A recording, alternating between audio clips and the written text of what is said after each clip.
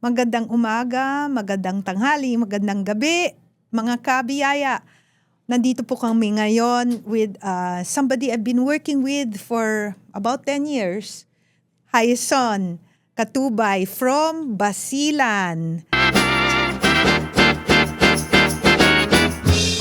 Ako naalala ko, Rina, we were both collecting art. Kasi they have only a short life eh. Correct. Okay, wag na. Baka magaya yung concept. Oo, sabi mo na.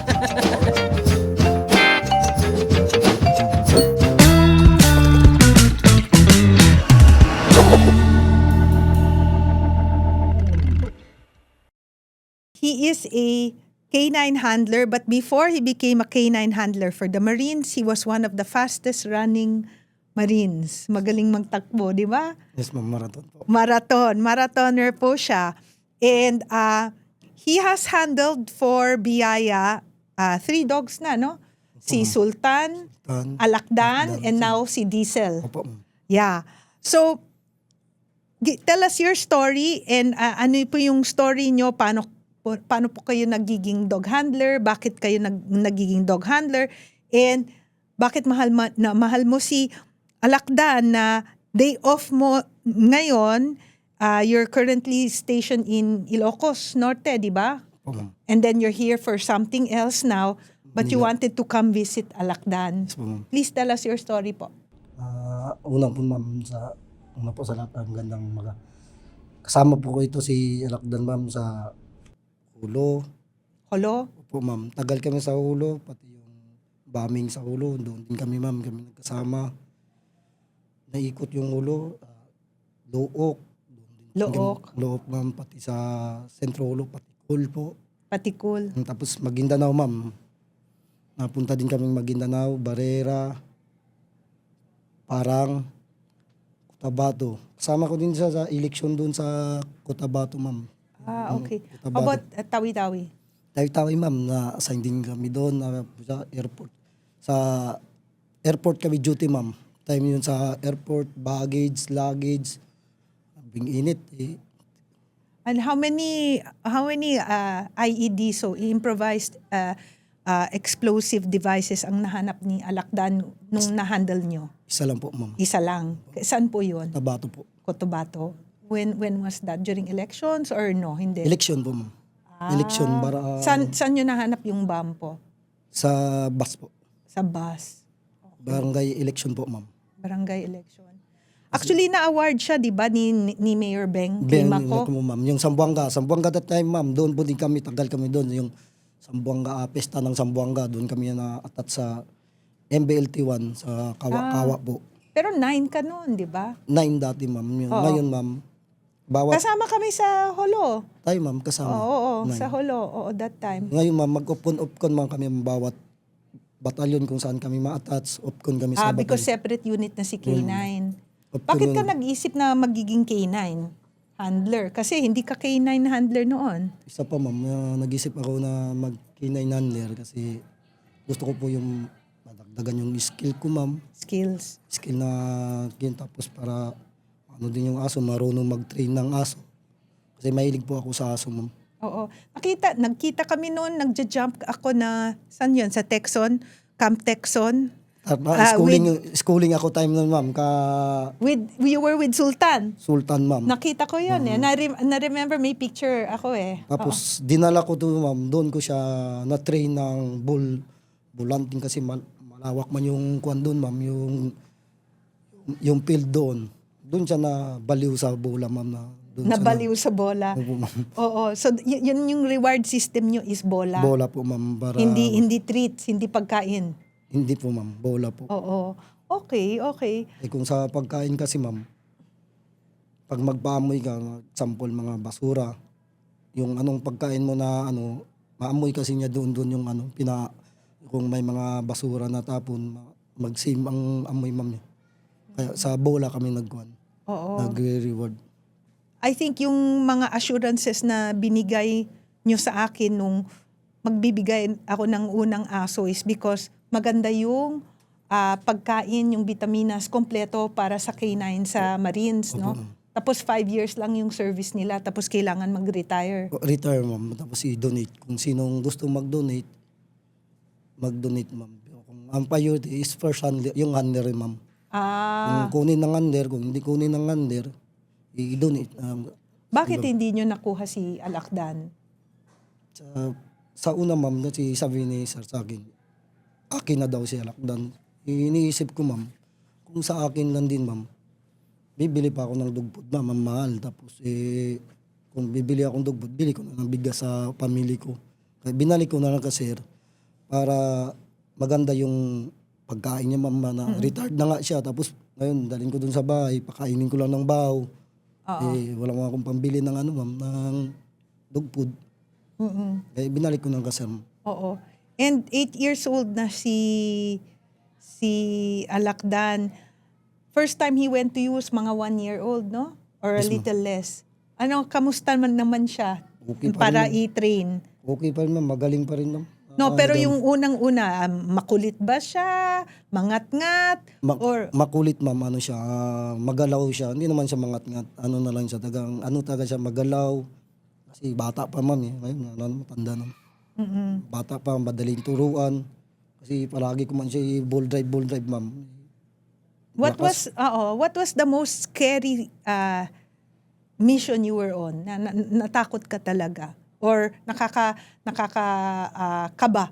Meron ba kayong mission na gano'n na kasama kayo, body kayo? Meron, ma'am, yung sa time sa Cotabato, may tumawag kasi, ma'am, na suspected IED. Ngayon, pinuntahan namin kasi di mo alam mo sa IED, ma'am, yung Bombay. Kasi daming trigger ng bomba, may cellphone, may switch, o ano. Nilapitan ko yung isang bagay, ma'am, di yung mag-isip din ako. Baka, Ay, nas kung puputok diyo, Argentina tagang labas. Negative naman. Pati doon sa Zamboanga City, ma'am, yung nasunog din yung time nandoon kami sa Zamboanga na may nag-suspected na IED yung iniwan doon. Nilapitan, dalawa taga kami nang lumapit din ni Alakdan, ma'am. Yan, isa yung kaba na yun kasi hindi mo alam kung may laman ba o puputok.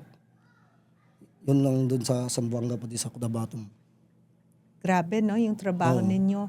And yung shift nyo, ganong katagal? Like, pag nasa airport po kayo, ganong katagal po yun? Pag sa airport naman, ma'am, yung sa Tawi-Tawi kami, yung baggage doon. Kasi sira yung scan ng airport Tawi-Tawi.